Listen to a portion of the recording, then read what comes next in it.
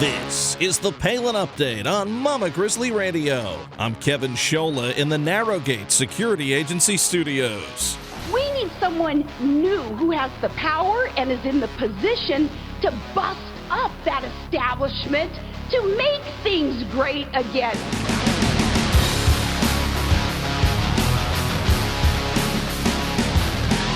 Less than a month now before the election, and while the rats continue to sabotage Mr. Trump, his true supporters are swinging for the fences, looking to propel Trump to a big win next month.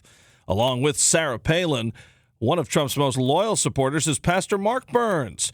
Today, we're so happy to have Pastor Burns on the show. Stay tuned for his take on Mr. Trump, race relations, the black vote, the Christian vote, and much more. Mark Burns coming up on Mama Grizzly Radio.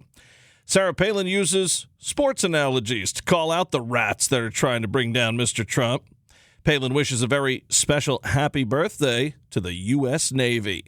And a brand new installment of Liberty and Legacy with Tamara Colbert is on the way from Texas. Sarah Steelman is on assignment. Welcome to the Palin Update on Mama Grizzly Radio. The Palin Update is sponsored by Narrowgate Security Agency. Learn more at narrowgate.com.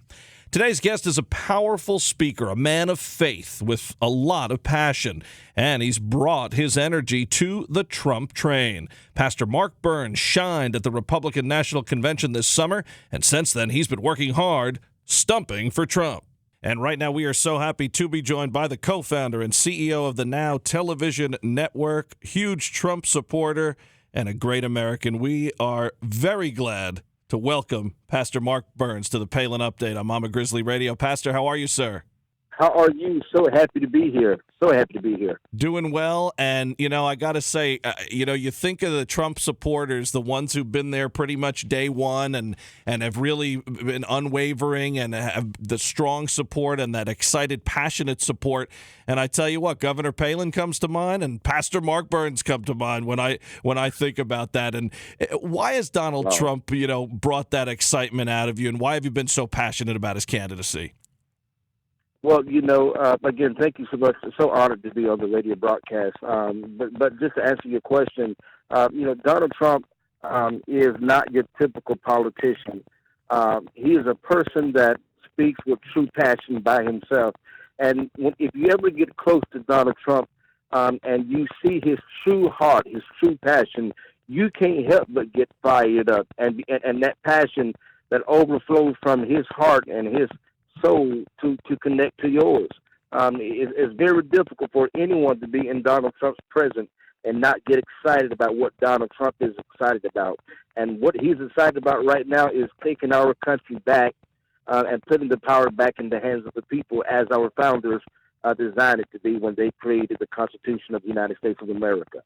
And, he's tackled some issues that a lot of candidates, especially Republican candidates, have shied away from on the campaign trail for years, and I think that's really resonated with so many. Mr. Trump has said black communities are in worse shape than they've ever been, and he's caught a lot of flack for this from the media, from the Clinton campaign. Is he right? Well, he's absolutely right. I mean, the numbers don't lie. Again, we live in a political PC environment, political correctness, to where whenever a candidate who is not black begin to speak the truth, the only way about a minority community, the only way to combat or to defend is to simply call him racist. And that is to deter the millions of black Americans in this country who says, you know what, he's absolutely right. And the only way to the Democratic machine has created these false narratives about Donald Trump as him being this racist and this bigot, but he's only speaking the truth that millions of black people in this country know is true, and which is why I know without a shadow of doubt, come November, America is going to be extremely shocked to see the strong support than any poll could ever suggest from the black communities in this country, from black Americans in this country. Donald Trump said, listen, I'm not going to pander after a particular race like Hillary Clinton and the Democratic Party did, which their focus is to divide and to conquer. But Donald Trump says, I'm going to just simply deal with the facts. The fact is, in many of our inner cities of America, they're run down, There are high crime rates. There is high unemployment rate, high dropout rates, and many of these cities are ran by Democrats. Almost all of them are ran by Democrats. And Donald Trump says, listen, this is what, in large, black Americans have been voting in mass for the Democratic Party. It didn't work then, and it's not going to work for you now. He says, I got the solution to the problem. The problem is this. The answer to the solution to the problem is this. We need jobs. There are over 49 to 50% of young African Americans in the inner cities are unemployed. That is horrible. And Donald Trump is dealing with the real issues that's going to solve problems. He's not going to sing kumbaya just to win your votes and be gone in 4 years. No, he's going to deal with the real issues. And it's not showing up and kissing black babies just to do it, just to win your vote. No, it's the first identify the real problem. And then once we identify the real problem, now come up with a real solution. And that's what Donald Trump is doing and going to do when he's president. Yeah, and they call Trump racist, and then for Pastor Burns or Dr. Carson or Alan West, they have other names, but we know the game that's being played. You really expect a victory in November, Pastor? What do you make of these polls that say he's done? And is it really that part of the Trump slogan about the silent majority? Is that what's going to surprise everyone? The people who aren't saying it now, but they're going to say it with their vote? Well, the fact of the matter is, I mean, it's a proven sign. If Hillary Clinton was really, really leading as strong as the polls, some polls have suggested, and just to be clear, today there are 3 national polls that now has Mr. Trump up by 3 points. Just to be clear. Yep. But if it was so true, if she was so far ahead as some of these liberal polls have suggested, then why in the world would they continue, the Clinton campaign, continue to create false accusations against Mr. Trump to try to tarnish his name with these, with some of these, false accusations of women that many have been debunked already, trying to continue to tarnish and to, sway votes. It's because it's a desperate campaign, a desperate candidate who understands those polls are not real, they're not accurate. And Hillary Clinton averages 300 to 400 at her rallies. Where Mr. Trump, wherever he go, and I've been to over 50 rallies from, you're right, almost the beginning, that Mr. Trump, even now, 20,000, 15,000, 20,000, 30,000, he's really packing out these arenas because America is tired of the sleazy, lying politicians. And that's what Hillary Clinton will bring, more of the same. The rallies are amazing. The energy, the optimism. I got to take my 8-year-old daughter to one recently, and it's just electric. And the excitement is there. We drive around. We're in a blue state, and it's Trump signs everywhere, stickers everywhere, and not much of Hillary. I'll tell you, I see more Gary Johnson sometime than I see Hillary. So I like what you're saying, Pastor. You were unbelievable at the Republican National Convention, and Sarah Palin highlighted you on social media, and you really people took note of you on the national scene, maybe those who haven't heard you before. I think I've said that to a few guests on this program. It makes me think back to that convention and what a really great few days that was in Cleveland. And some of the things you said that night, still stick out, especially to our friends in law enforcement, especially to people who are trying to be divided by race, by this current administration and by the Clinton campaign. And I think sometimes, you got to put Pastor Burns on if you need a little pick-me-up. Well, I believe in what I'm saying. For me, it's not made up. Yeah. People ask me all the time, do you prepare for your speeches? And I never do. I never do, because the things that I'm saying, they're so dear to my heart.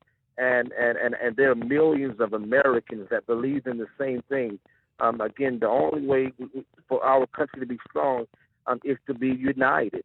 Hence our name, the United States of America. And divided is what the Democratic Party do. And they try to divide us by wealth, by the haves and the have-not. They try to divide us by color and race. They try to divide us by age, and they put us in these different categories and they pander after these different groups just to win votes, when in reality, they don't have any real long-term solutions that's going to bring real change to their lives. And right now, how Hillary Clinton has used the fear, painting a negative picture to our law enforcement officers who put their lives on their line daily. I think some of these people who think they're really under police brutality, let them go to some of the third world countries where you can get really you can get in some real trouble. Sometimes it's hard to tell the police, law enforcement from the thugs and the criminals in some of these third world countries. We are blessed in America to have the finest group of law enforcement officers and first responders in this country, and yet the Democratic Party has created a false fear, and playing into that false fear, which creates racial division. And I can't stand by that, and I'm not going to stand by that. And I'm going to continue to try to speak and bring this country, unify as many people together, where we can stop seeing the black and the white, start seeing the red, white, and blue. A couple of things I wanted to touch on, especially you as a pastor. One thing that's really gotten to me over these months with Mr. Trump, people who've questioned his Christianity. I mean, first of all, who is anyone to question any man's heart? And to go out there and criticize him for maybe coming around on certain things like life and other issues, it should be applauded instead of knocked down. What did you think of that when people talk about Trump's Christianity and kind of scoff at it and think, oh, this is for votes? Well, it's just so funny how so many people forget that they too was once lost, but they too became found. They also was once blind, but now they can see. It's amazing how people have amnesia and forget all of the dirt and the mess that they've done. That is their fault. The issues they've caused. The lies they've told. You understand what I'm saying? And the comments that they've made in locker rooms or etc. And they have amnesia to think that grace is what covers all of us. None of us have the right to the tree of life except through the blood of Christ. And so we're all saved by grace. Even me, the preacher, who have all kinds of flaws in my past. Some of it was highlighted on CNN for the whole world to see. But Jeremiah 2 Corinthians chapter 5:17 says that in Christ Jesus we are made new, that old things are passed away. All things are made anew. And I said this on national television. I'm saying this now on this national radio broadcast. But either the Word of God works for all of us, and that includes Donald Trump, or it doesn't work for none of us. And I know that the Word of God works. So he who has not sinned, cast the first stone. Let's stop being hypocritical. Let's stop acting as though we are all angels. None of us are. The Bible says we have all sinned and fallen short of the glory of God. And so Donald Trump has declared his faith to me personally. He's declared his relationship to God, and that's enough for me. And so for people to try to doubt that, the wonderful thing about Jesus is he's a personal God. And who Jesus is to me may not be to you. He's a personal Savior, and Donald Trump has a strong relationship with God, and for that I'm very thankful.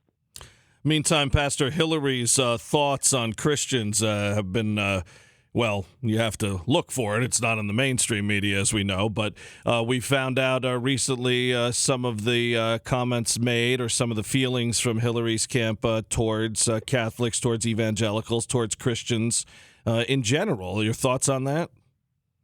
Well, those you're talking about the wicked links that is coming from the highest level of her administration. Those anti-Catholic, anti-Christian, rhetoric coming from the Clinton campaign is a sign to every person of faith that is listening to this radio broadcast.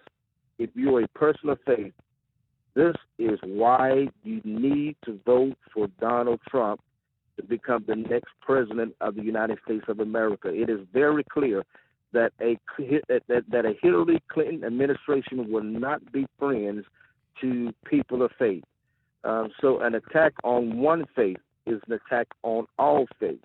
Donald Trump has made it very clear that we people of faith will have a friend in the White House, and that our faith is one of the pillars that has made our country great. And he wants to bring those values back to our country so that our country can be great again. People say, well, what Donald Trump mean when he say make America great again? No, Donald Trump is not saying make America white again or make America racist again. No. But Donald Trump is saying I'm looking for a country that, one, is a country that has God in the center of it, because our Pledge of Allegiance says in God, under God, indivisible, with liberty and justice for all. The money that we carry says, in God we trust. When the founders created the Constitution, they had God on their mind, and yet we have moved further and further away from that, to where even now there's legislation. I'm sure you've heard of it, but there's legislation that's on the ground now that is trying to change the wording from freedom of religion to freedom of worship. And that one word, from religion to worship, means that if the wording is changed to freedom of worship, that we have the right to worship our God and our faith, but only in the confines of our facilities, that we could no longer worship or even practice our faith in public. This is a huge challenge on our faith. Not only that, the Johnson Amendment is still in effect, that the Democratic Party and Hillary Clinton want to continue. Roe v. Wade is another example of why we need a conservative president that would appoint 2 to 3 Supreme Court justices that will interpret our Constitution not as a breathing, living document, but as it was written when our founders wrote it. It is a 911 cry to every person of faith that regardless if you don't like Donald Trump's personality, you're not voting for his past. You're voting for his present policies and the present principles that he represents. So your vote is bigger than just Donald Trump. Right now, this is an attack on our way of life, especially those of us people of faith in this country. Huge reasons to vote for Trump in November. Pastor Burns, just a pleasure to have you here. We thank you so much. And you bring the gospel to people on your network. How can people check you out? Absolutely. Well, I'm also on Twitter at Pastor Mark Burns, but you can also go to thenownetwork.org, and you can watch there. We're just now on national cable television on NTS Communications on channel 279. So please check us out and let's connect and let's continue to push this movement forward. It's bigger than just the Republican Party. It's our way of life, and we need to rally together to make sure Donald Trump wins. Sounds great. I can't wait to tell my pastor that I talked to you. I can't wait to tell the world I've talked to you. Pastor Mark Burns, thank you so much. Be well. God bless you. Blessings to you. Bye-bye. For more on Pastor Burns, please follow him on Twitter at Pastor Mark Burns. Sarah Palin called out the phonies attacking Donald Trump this past week. Palin wrote on Facebook following Trump's strong showing in the second presidential debate, saying, quote, "My kind of locker room talk for y'all. Slam dunk. Friends, the quarterback's doing all he can. We must all do our part because we're the line. It's not whether you get knocked down, it's that you get back up. Lombardi." And then Sarah Palin puts her John Hancock at the end of that message. And a big birthday this past week, and Governor Palin took notice, writing on social media, "Happy 241st birthday to America's Navy. Tough, bold, ready. We honor you." To see any of the governor's posts in their entirety, you can visit Sarah Palin's Facebook page. Follow her on Twitter at Sarah Palin USA and visit sarahpac.com. Now, the Palin Update with Kevin Scholla presents Liberty and Legacy. Here's Tamara Colbert. Why don't we restore the Constitution so every election is not make or break? Says the title of Georgetown Law School professor Randy Barnett's Washington Post commentary a couple of weeks ago. I get to work with him. I'm so proud of that. He's amazing. And he's on the Convention of States Project Legal Board. He also attended the simulated Article 5 convention we hosted in Williamsburg. The reason Barnett says that elections have become so stressful is due to the fact that the federal government, allowed by we the people, have abandoned many of the constraints imposed by the Constitution on our government. So now everything hinges upon who holds office.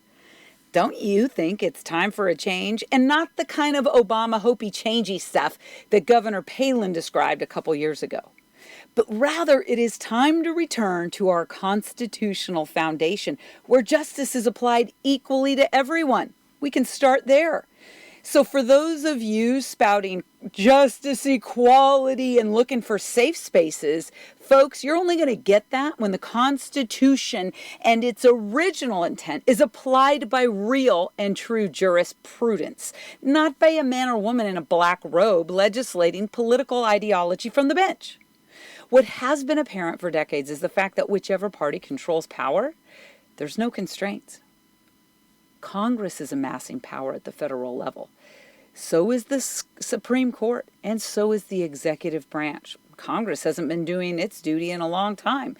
Neither has the Supreme Court, because basically all they're doing is judicial and political fairness that benefits a tiny small minority of the general public, not our nation. Judicial activism has now become a punishment against those who are not in power. And we, the people, are the ones that take the full brunt of that. I, for one, cannot tolerate this any longer. The Constitution was drafted to limit power, not expand it. And also to have the biggest checks and balances against the federal government. Our founders gave us this constitutional tool to restore the constraints already included in the Constitution. And it's what I get to spend every day and almost every waking moment working on. And that is the Convention of States Project. And using Article 5 to reclaim our power. Don't tune me out. I know I talk about it all the time, but this isn't hyperbole. If we called an amending convention of the states in the next year or two, we could actually restore the balance of power between the federal government and the states. This means returning that power back to the states that the federal government has taken away over the last 60 to 70 years. And we get to put them back in the tiny little enumerated powers box that the Constitution describes. Of course, there's fears by our opponents, and Barnett says what we just witnessed in the simulation told us two very important things. That the rules our founding fathers used in this process work. And the states getting together under a specific common agreed upon resolution or subject matter also works. We just proved proof of concept. So it isn't if, it's when we do this. We can be certain that if the federal government were held to its assigned power, limited by reinforced structural checks, we the people would have way less to fear from elections, because ultimately they're already going to be limited. And the federal government will go back to doing what it's supposed to do with its finely described enumerated powers in the Constitution. So what would happen after the states are back in charge? It would be so damaging for the crooks, the cronies, and the corrupt at the federal government and all of those entangled in its evil web. Seriously, once the rhinos and the dinos know that the people are going to cut them off at the you-know-whats, it's going to be all-out stinking war. Only we will have already won. That's awesome. I like winning. Winning feels good. An Article 5 amending convention could make Pelosi's, quote, drain the swamp comment mere child's play. It would mean that we the people could actually put the structural fixes needed at the federal level to shore up our constitutional checks and balances as originally intended. And that, my friends, is the most powerful weapon that we the people through our states have against this growing federal tyranny. Well, why do we need to do this? Well, pretty much because the lamestream media has become the fourth branch of the federal government, aka the Democrats' megaphone. I don't even want to say Democrats because these folks are so far gone. They've left the old Democrat Party in the dust.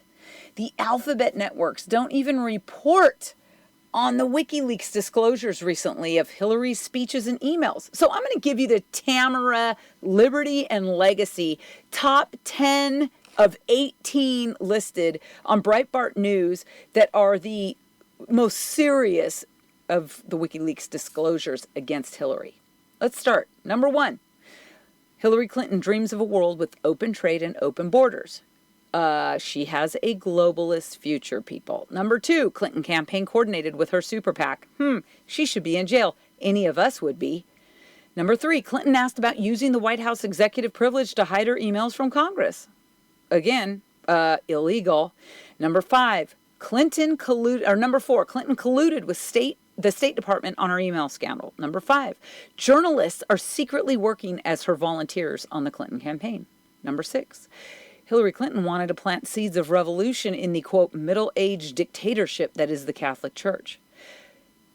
Catholics in America, between abortion and the Democrats, you guys should never, ever cast a vote for a Democrat again. What's wrong with you? I mean, seriously, you guys, get a grip. This is not the way to go.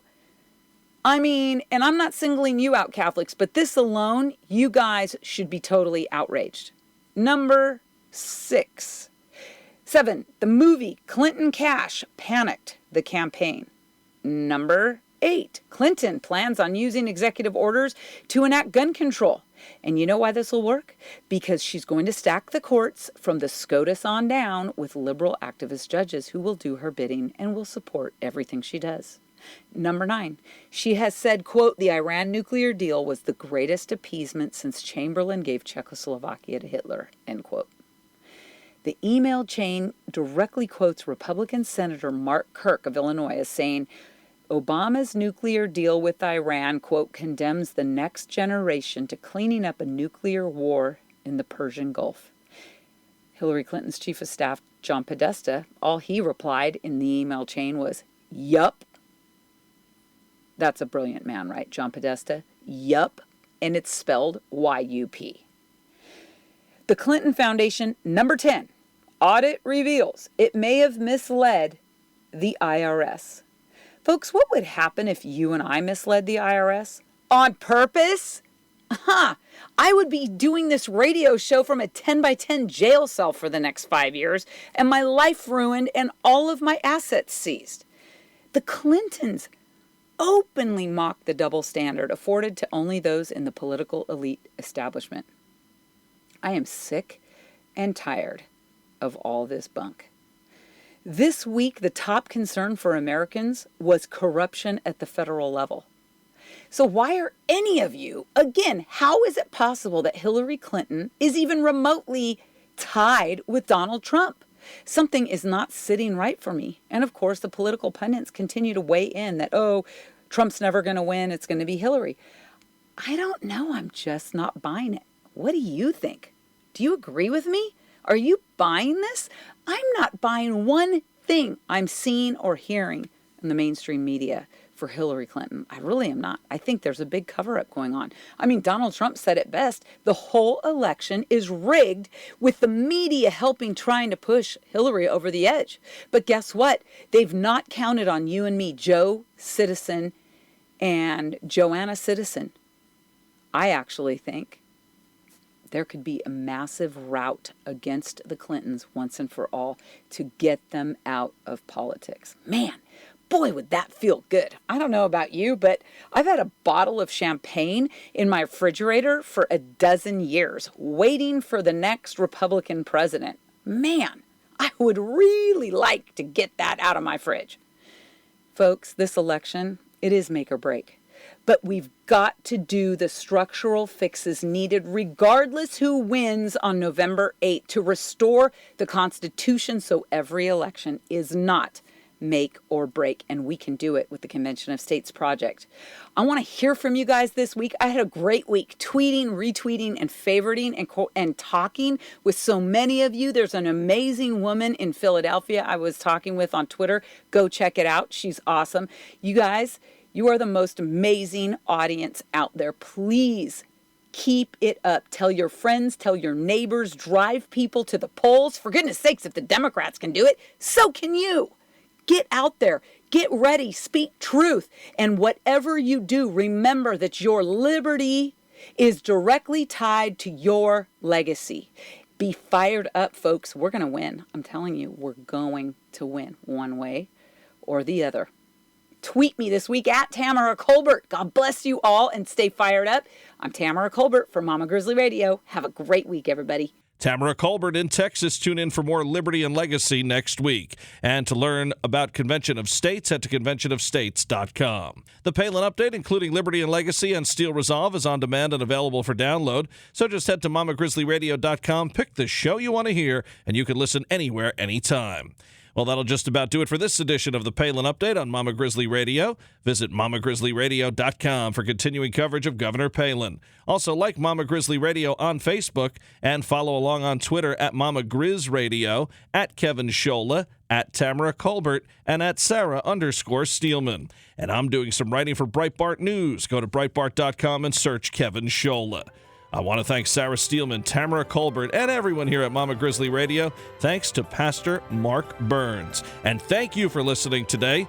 A special thanks to our sponsor, Narrowgate Security Agency. Learn more at narrowgate.com. The Palin Update is produced by Lena Anderson, the Andy L. Kramer, and Lori Ann Lewis. Please be sure to join us again next time for another edition of the Palin Update right here on Mama Grizzly Radio. I'm Kevin Scholla. Have a pleasant day.